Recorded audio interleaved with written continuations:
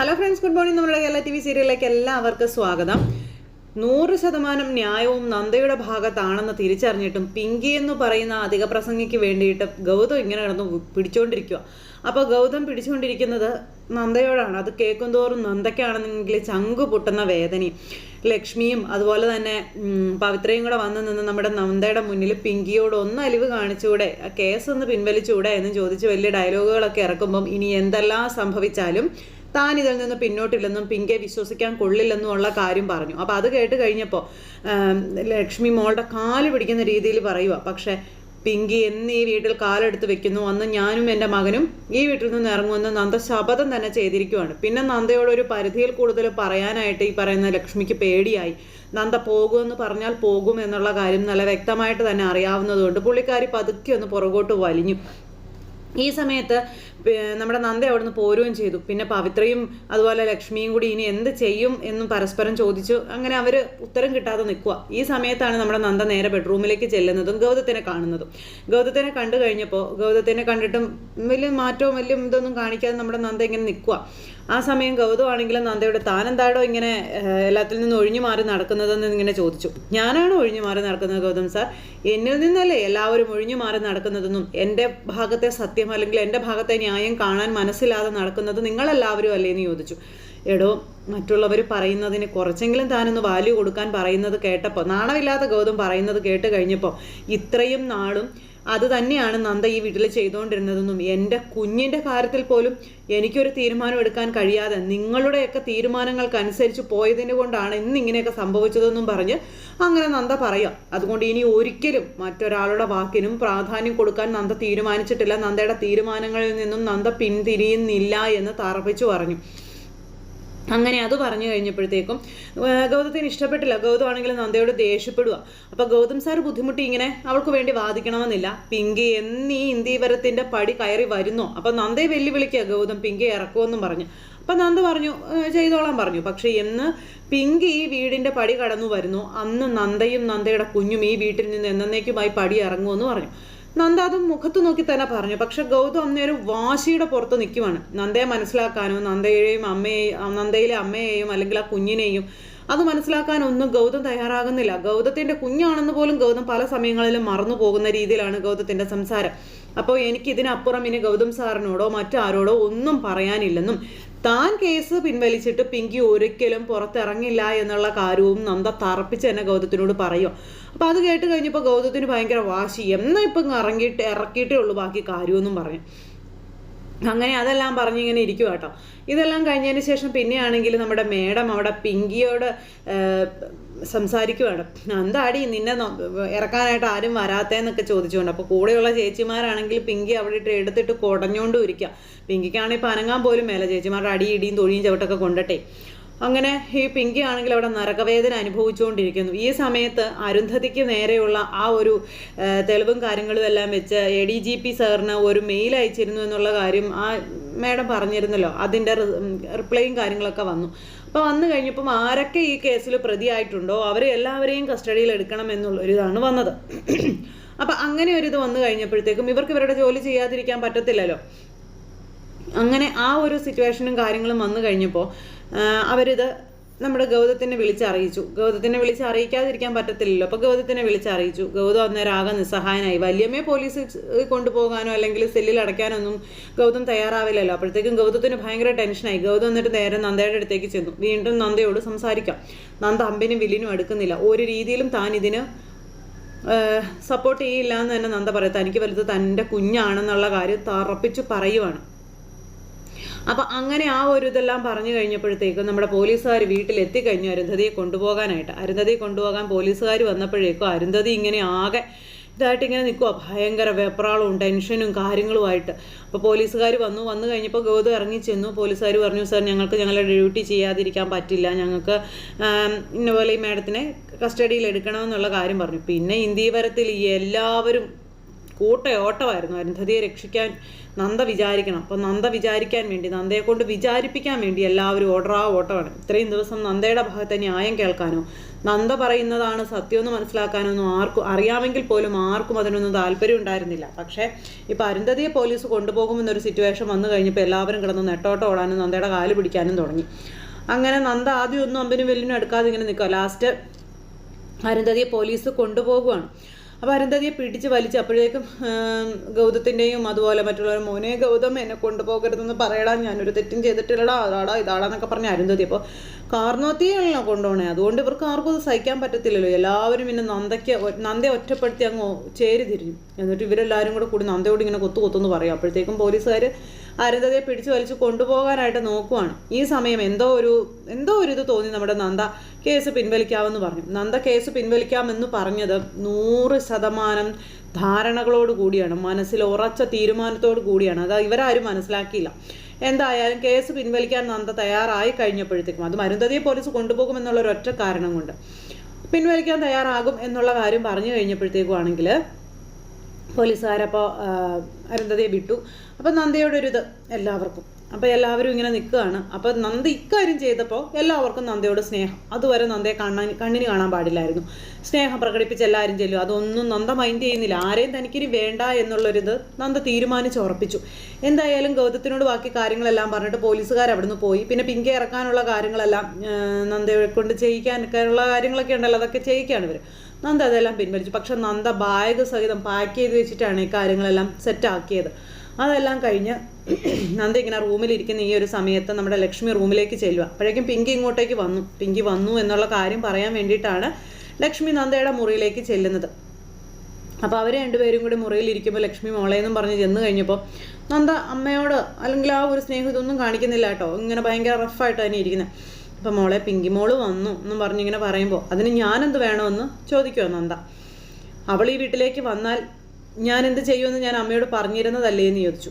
ഞാൻ അവളോടുള്ള ദയ കാരണം അല്ലെങ്കിൽ അവൾക്ക് വേണ്ടിയിട്ടല്ല ഇങ്ങനെ ഒരു കാര്യം ചെയ്തത്. വല്യമ്മ ഇനിയിപ്പോൾ വല്യമ്മയെ പോലീസ് പിടിച്ചോണ്ട് പോയിട്ട് നിങ്ങൾക്കാർക്കൊരു ബുദ്ധിമുട്ടുണ്ടാകണ്ടെന്ന് കരുതിയിട്ടാണ് ഞാൻ അങ്ങനെ ചെയ്തത്.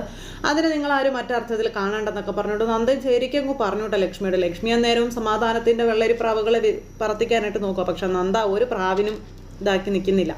നമ്മുടെ നന്ദയാണെങ്കിൽ തൻ്റെ തീരുമാനത്തിൽ തന്നെ ഉറച്ചു നിൽക്കുകയാണ് പോകുമെന്നുള്ളത്. അപ്പോഴേക്കും ഇവിടെ പിങ്കി വന്നപ്പോൾ പിങ്കി മോളെ പൊക്കി പിടിച്ചുകൊണ്ട് അരുന്ധതി സംസാരിക്കുകയാണ്. അപ്പോൾ പിങ്കി മോളാണെങ്കിൽ ഈ ലോകത്ത് ഇത്രയും നല്ലൊരു മകളില്ല, അല്ലെങ്കിൽ ഇത്രയും ഒരു സത്യസന്ധയും കാരുണ്യവതിയുമായിട്ടുള്ള പെണ്ണില്ല എന്നുള്ളൊരിതിലാണ് നിൽക്കുന്നത്. അങ്ങനെ ഇങ്ങനെ ഭയഭക്തി ബഹുമാനത്തോടെ പഞ്ചപുച്ഛം അടക്കി ഇങ്ങനെ നിൽക്കുവാണ്. അപ്പം നന്ദ കേസ് പിൻവലിച്ചതുകൊണ്ടാണ് പുറത്തിറങ്ങാൻ പറ്റും. ഉള്ളത് നിറയെ നന്ദയോടുള്ള പകയാണെങ്കിലും പുറമെ ഭാവം ചമ്മഞ്ഞിങ്ങനെ നിൽക്കുക. പിന്നെ ഗൗതത്തിനോട് അരുന്ധതി വലിയ ഡയലോഗൊക്കെ അടിക്കുന്നു. ഇതേ ഇനി ഒരിക്കലും നന്ദയ്ക്കും അല്ലെങ്കിൽ കുഞ്ഞിനും പിങ്കി മോൾ ഇങ്ങനെയൊന്നും ചെയ്യരുത്, അവർക്കൊരിതാവരുത്, കാരണം അതാണ് ഇതാണ് മറ്റതാണ് മറിച്ചതാണെന്നൊക്കെ പറഞ്ഞുകൊണ്ട് ഭയങ്കര ഇതൊക്കെ. പിങ്കി ഇതെല്ലാം ഇങ്ങനെ ഭയങ്കര ഭവ്യതയോടുകൂടി കേട്ടുകൊണ്ട് ഇങ്ങനെ നിൽക്കുക കേട്ടോ. പക്ഷേ ഇവിടെ ഭവ്യത ഭാവിച്ചും അല്ലെങ്കിൽ നന്ദയ്ക്ക് ഒരു ഇതാക്കാമെന്നൊക്കെ പറഞ്ഞുകൊണ്ട് നിൽക്കാം എന്ന് മാത്രമേ ഉള്ളൂ പിങ്കിക്ക് ഒരിക്കലും നന്ദയോ നന്ദയുടെ കുഞ്ഞിനെയോ ആ ഒരു വേർതിരിച്ചെടുക്കാൻ അല്ലെങ്കിൽ അവളിൽ നിന്ന് ആ കുഞ്ഞിനെ തട്ടിയെടുക്കാനായിട്ട് പിങ്കിക്ക് കഴിയില്ല എന്ന് നന്ദ തന്നെ തെളിയിച്ചു കൊടുക്കും. നന്ദ ലക്ഷ്മിയോട് പറഞ്ഞു, ഏതായാലും നിങ്ങൾക്ക് ആവശ്യമുള്ള ആള് ഈ വീട്ടിൽ ഈ തറവാട്ടിൽ വന്ന് കയറിയല്ലോ, ഇനിയിപ്പോൾ എൻ്റെ ആവശ്യം ഇവിടെ ഇല്ലല്ലോ എന്ന് പറഞ്ഞു. മോളെ നീ എന്തൊക്കെയാണ് പറയുന്നതെന്ന് ചോദിച്ചു. അതെ അമ്മേ, അത് തന്നെയാ സത്യം. ഈ വീട്ടിൽ നിങ്ങൾക്കെല്ലാവർക്കും വേണ്ടത് നിങ്ങളുടെ പിങ്കി മോളെയാണ്. അതുകൊണ്ട് നിങ്ങളെല്ലാവരും നിങ്ങളുടെ പിങ്കി മോൾക്ക് വേണ്ടി ഒരുപാട് ഘോര പ്രസംഗിച്ചു, അതുപോലെ വാദിച്ചു. എനിക്കും എൻ്റെ കുഞ്ഞിനും വേണ്ടി ആരും ഒന്നും പറഞ്ഞില്ല, എനിക്കും എൻ്റെ കുഞ്ഞിനും ആരും ഉണ്ടായിരുന്നില്ല എന്ന് പറഞ്ഞു. അങ്ങനെ അതും പറഞ്ഞ് നമ്മുടെ നന്ദ ഇങ്ങനെ ബാഗും എടുത്ത് കുഞ്ഞിനെ എടുത്ത് അവിടെ നിന്ന് ഇറങ്ങുക. ഇനി ഒരിക്കലും ഈ കുഞ്ഞിനെയോ എന്നെയോ ഇവിടെ ആരും കാണില്ലെന്നും അല്ലെങ്കിൽ ഇവിടെ ആർക്കും ഒരു ബുദ്ധിമുട്ടായിട്ട് ഞാനും എൻ്റെ കുഞ്ഞും ഉണ്ടാകില്ല എന്നും പറഞ്ഞുകൊണ്ട് കുഞ്ഞുമായിട്ട് ഇങ്ങനെ ഇറങ്ങി വരിക ബാഗും ഒക്കെ എടുത്ത്. അപ്പം അങ്ങനെ വന്ന സമയത്താണെങ്കിൽ നമ്മുടെ ലക്ഷ്മി പിന്നാലെ ഓടി വരിക. അപ്പോൾ കുഞ്ഞുമായിട്ട് നന്ദ ഇങ്ങനെ വന്ന സമയത്ത് നന്ദേ വാ മോളെ എന്നും പറഞ്ഞുകൊണ്ട് അരുന്ധതി വിളിക്കും. അപ്പോൾ നന്ദ പോകാനായിട്ട് നിൽക്കുകയാണെന്ന് അരുന്ധതിക്ക് അറിയില്ല. ദേ നിന്റെ കാരുണ്യം കൊണ്ടാ ഇപ്പോൾ ഇവിടെ പിങ്കിമോൾ ഇങ്ങനെ നിൽക്കുന്നത്. അത് പിന്നെ ഇനി ഒരിക്കലും നിനക്കോ നിന്റെ കുഞ്ഞിനോ പിങ്കിയുടെ ഭാഗത്തു നിന്ന് ഒരു ബുദ്ധിമുട്ടുകളും ഉണ്ടാവില്ല എന്നൊക്കെ പറഞ്ഞുകൊണ്ട് അരുന്ധതി വലിയ ഡയലോഗുകൾ ഇറക്കിക്കൊണ്ടിരിക്കുക കേട്ടോ. അപ്പോഴാണ് നമ്മുടെ ലക്ഷ്മി ഏട്ടത്തി മോനെ ഗൗതം നന്ദമോള് പോകുവാടാ എന്നും പറഞ്ഞുകൊണ്ട് ഓടി വരുന്നത്. പോവേ എങ്ങോട്ട്? നന്ദമോൾ ഈ വീട്ടിൽ നിന്ന് പോവുകയാണെന്നാണ് പറഞ്ഞത്. പിങ്കി ഉള്ളിടത്ത് നന്ദമോൾ നിൽക്കില്ലെന്നാണ് പറയുന്നതെന്ന് പറഞ്ഞപ്പോൾ പിങ്കി ഇങ്ങനെ നന്ദമോട്ട് ഇങ്ങനെ നോക്കുക. അതുപോലെ തന്നെ ഗൗതവും. അപ്പോഴേക്കും ഗൗതം ഭർത്താവിൻ്റെ അധികാരം എടുക്കാൻ നോക്കുവാണ് നന്ദയ്ക്ക് മേലെ. നന്ദ, നീ എന്തൊക്കെ ഈ പറയുന്നതെന്ന് ചോദിച്ചു. അമ്മ പറഞ്ഞത് ഗൗതം സാർ കേട്ടതല്ലേ? പിങ്കി ഈ വീട്ടിൽ കയറുന്ന ആ നിമിഷം ഞാൻ ഈ വീട്ടിൽ നിന്ന് പടി ഇറങ്ങുമെന്ന് പറഞ്ഞതിൽ ഒരു സംശയവും ഇല്ല. അത് ഞാൻ പാലിക്കാൻ പോവാണെന്ന് നന്ദ പറഞ്ഞു. നന്ദ, നീ ചുമ്മാ എടുത്തുചാട്ടം കാണിക്കരുത്, അഹങ്കാരം കാണിക്കരുതെന്ന് പറയുമ്പം ആരാ ഗൗതം സാർ ഇവിടെ അഹങ്കാരം കാണിച്ചത്? ഞാൻ പറഞ്ഞത് എൻ്റെ കാര്യമാണ്, എൻ്റെ കുഞ്ഞിൻ്റെ കാര്യമാണ് ഞാൻ പറഞ്ഞത്. അതിനപ്പുറം എനിക്ക് മറ്റൊന്നും നോക്കേണ്ട കാര്യമില്ല എന്ന് പറഞ്ഞു. അപ്പോഴേക്കും പിന്നെ അരുന്ധതിയും അതുപോലെ മോഹിനിയും ഇതെന്തൊരു അഹങ്കാരമാണെന്നുള്ള രീതിയിലൊക്കെ സംസാരിക്കുക. അതെ, നന്ദ അഹങ്കാരിയാണ്. നിങ്ങളുടെ എല്ലാവരുടെയും കണ്ണിൽ എന്നും അധികപ്പറ്റായിട്ടുള്ളവൾ ഈ നന്ദ തന്നെയാണ്. അത് നന്ദയ്ക്ക് നല്ല വ്യക്തമായിട്ട് അറിയാം. അതുകൊണ്ട് തന്നെ നിങ്ങൾക്കെല്ലാവർക്കും വേണ്ടപ്പെട്ടവൾ ഈ വീട്ടിലേക്ക് വന്ന സ്ഥിതിക്ക് ഇനി ഈ വീട്ടിൽ ആർക്കും വേണ്ടാത്തവളായിട്ടുള്ള ഞാൻ ഈ വീട്ടിൽ നിന്ന് പടി ഇറങ്ങുകയാണ്. ആർക്കും ഒരു ബുദ്ധിമുട്ടാകാൻ ഇനി ഞാനോ എൻ്റെ കുഞ്ഞോ ഈ ഇന്ദീവരം തറവാട്ടിൽ ഉണ്ടാവില്ല എന്ന് നന്ദ അടിവരയിട്ട് ഇവരോടും പറഞ്ഞു. അപ്പോഴത്തേക്കും ഗൗതം പറഞ്ഞു, നന്ദ, ഈ വീട്ടിൽ നിന്നും ഒരു ചുവട് നീ പുറത്തേക്ക് വെച്ചാൽ പിന്നെ ഞാനും നീയും തമ്മിൽ യാതൊരു ബന്ധവും ഉണ്ടാവില്ല. അവിടെ തീർന്നു ഞാനും നീയും തമ്മിലുള്ള ഭാര്യ ഭർത്തൃ ബന്ധം എന്ന് ഗൗതം പറഞ്ഞപ്പോഴത്തേക്കും നന്ദ പേടിച്ച് കരഞ്ഞു നിൽക്കുമെന്നാണ് ഗൗതം വിചാരിച്ചത്. പക്ഷെ നന്ദ ഒരു കൂസലും ഇല്ലാതെ ആയിക്കോട്ടെ എന്ന് പറഞ്ഞു. ഗൗതം സാറിൻ്റെ മനസ്സിൽ ഇടവില്ലാത്തടുത്ത്, അല്ലെങ്കിൽ ഗൗതം സാറിന് വേണ്ടാത്തടുത്ത് കടിച്ചു തൂങ്ങാൻ ഇനി നന്ദയെ കിട്ടില്ല എന്ന് പറയുവാണ്. ഗൗതം സാറിന് ഇഷ്ടമുള്ള പോലെ ജീവിക്കാമെന്നും പറഞ്ഞു. എനിക്ക് വേണ്ടത് എൻ്റെ കുഞ്ഞിനെയാണെന്നും പറഞ്ഞു. ആ കുഞ്ഞുമായിട്ട് നന്ദ പടി ഇറങ്ങുക, ഗുഡ് ബൈ എന്നും പറഞ്ഞു. ലക്ഷ്മി ആണെങ്കിൽ കരഞ്ഞുകൊണ്ട് പുറകെ ഓടുന്നുണ്ട്. ബാക്കി എല്ലാവരും അന്തം വിട്ട് കുന്തം വിഴിഞ്ഞതുപോലെ ഇങ്ങനെ ഇരിപ്പുണ്ട്. പിങ്കിക്ക് എന്തായാലും ഹാപ്പി ആയി. പിങ്കിക്ക് കൊച്ചിനെ കിട്ടിയില്ലെങ്കിലും കുഴപ്പമില്ല, ഗൗതത്തിനെ കിട്ടിയാൽ മതിയല്ലോ. ആ ആർത്തി കൂട്ട് അങ്ങനെ നിൽക്കുകയാണല്ലോ. അപ്പോൾ അതുകൊണ്ട് തന്നെ പിങ്കിയും ഇങ്ങനെ അന്തം വിട്ട് ഇങ്ങനെ നിൽക്കുക. നന്ദ പോകുന്നെങ്കിൽ പൊക്കോട്ടെ, കൊച്ചിനെ സഹിക്കേണ്ട കാര്യമില്ലല്ലോ എന്നുള്ള രീതിയിലാണ് പിങ്കി നിൽക്കുന്നത്.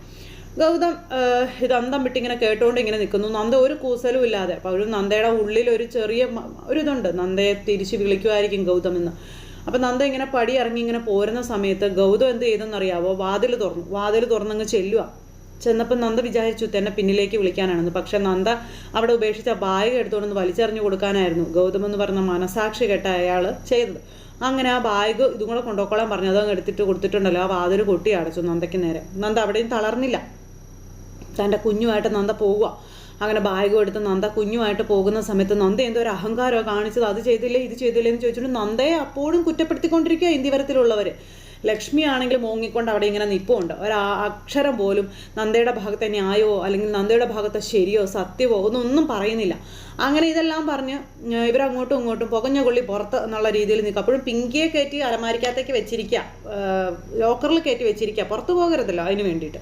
അങ്ങനെ അതെല്ലാം കഴിഞ്ഞ് ഗൗതം ഇങ്ങനെ ആർക്കോ വേണ്ടി സങ്കടം അഭിനയിച്ച് ഇങ്ങനെ അവിടെ നിൽക്കുന്നു. ആ സമയത്താണ് പെട്ടെന്ന് പത്രത്തിലൊരു ന്യൂസ് വരുന്നത്, നമ്മുടെ നന്ദയുടെ നാട്ടിലേക്ക് പോയ ബസ് അപകടത്തിൽ പെട്ടെന്നും ആ ബസ്സിലുണ്ടായിരുന്നവരൊക്കെ മരിച്ചു എന്നൊക്കെ പറഞ്ഞു. അപ്പോഴത്തേക്ക് 4 പാടുന്ന എല്ലാണങ്ങളും കൂടെ പറന്നു വന്നു. അപ്പോഴേക്കും നമ്മുടെ ലക്ഷ്മി റൂമിലിരിക്കുകയായിരുന്നു. അപ്പോൾ പവിത്ര ഓടി ചെന്നിട്ട് ഇങ്ങനെ പറയുവാണ്. അപ്പോൾ എന്താ കാര്യം എന്ന് ചോദിച്ചു കഴിഞ്ഞപ്പോഴത്തേക്കും നന്ദേച്ചിയും കുഞ്ഞും യാത്ര ചെയ്തിരുന്ന ബസ് അപകടത്തിൽ പെട്ടെന്നും അങ്ങനെ അപകടം ഉണ്ടായെന്നും പറഞ്ഞു. അപ്പോഴത്തേക്ക് ലക്ഷ്മി നെഞ്ചത്തടിയും നിലവിളിയും കരച്ചിലും ബഹളവും എല്ലാം ആയിട്ട് ഭയങ്കര സീനായി. ഇന്ദുവരങ്ങളൊന്നും ഇങ്ങനെ വല്ലാതെ ഇതായിക്കൊണ്ടിരിക്കാം. പിങ്കി അന്നേരം യാതൊരു വികാരവും ഇല്ലാത്തൊരു ജീവിയെപ്പോലെ ഇങ്ങനെ അവിടെ നിൽക്കുക കേട്ടോ. അരുന്ധതിയൊക്കെ ആണെങ്കിൽ അയ്യോ പിന്നെ അങ്ങനെ ഇങ്ങനെ എന്നൊക്കെ പറഞ്ഞുകൊണ്ട് കിടന്ന് അതും ഇതൊക്കെ ഇങ്ങനെ കിടന്ന് കാണിക്കുക. എന്നിട്ട് ഇവറ്റകളെല്ലാം കൂടി ഇങ്ങനെ പറഞ്ഞുകൊണ്ടിരിക്കുന്ന ഈ സമയത്താണ് ഗൗതം പിന്നെ ഫോൺ വിളി തുടങ്ങി, എന്താ ഇതിനെ ഡീറ്റെയിൽ അറിയാൻ വേണ്ടിയിട്ട്. ആ സമയത്ത് ഗൗതത്തിന് അവിടെ നിന്ന് ഇങ്ങോട്ട് ഡീറ്റെയിൽസ് കൊടുക്കുവാണ്. ആ ബസ് അപകടത്തിൽ പെട്ടു എന്നുള്ളത് സത്യമാണ്. പക്ഷേ അതോടൊപ്പം തന്നെ അതിൽ യാത്രക്കാരെയും പറ്റിയൊക്കെയുള്ള കാര്യങ്ങളെല്ലാം ഇങ്ങനെ അങ്ങോട്ടും ഇങ്ങോട്ടും പറഞ്ഞു കഴിഞ്ഞപ്പോഴത്തേക്ക് ഈ ബസ് കത്തിപ്പോയെന്നാണ് പറഞ്ഞത്. അപ്പോൾ ബസ് കത്തിപ്പോയി, അതുകൊണ്ട് തന്നെ അതിലുണ്ടായിരുന്ന പല യാത്രക്കാരും വെന്തു മരിച്ചു എന്നുള്ള കാര്യവും പറയുക. അപ്പോൾ അതിലൊരാളായി നമ്മുടെ നന്ദയും ഉണ്ടാകും എന്നുള്ളൊരു ഇതിലേക്ക് വന്നു. പക്ഷേ നന്ദ മരിച്ചു കഴിഞ്ഞിട്ടുണ്ടെങ്കിൽ ഈ ഒരു കഥയ്ക്ക് യാതൊരു അർത്ഥവും ഉണ്ടാകാൻ പോകുന്നില്ല.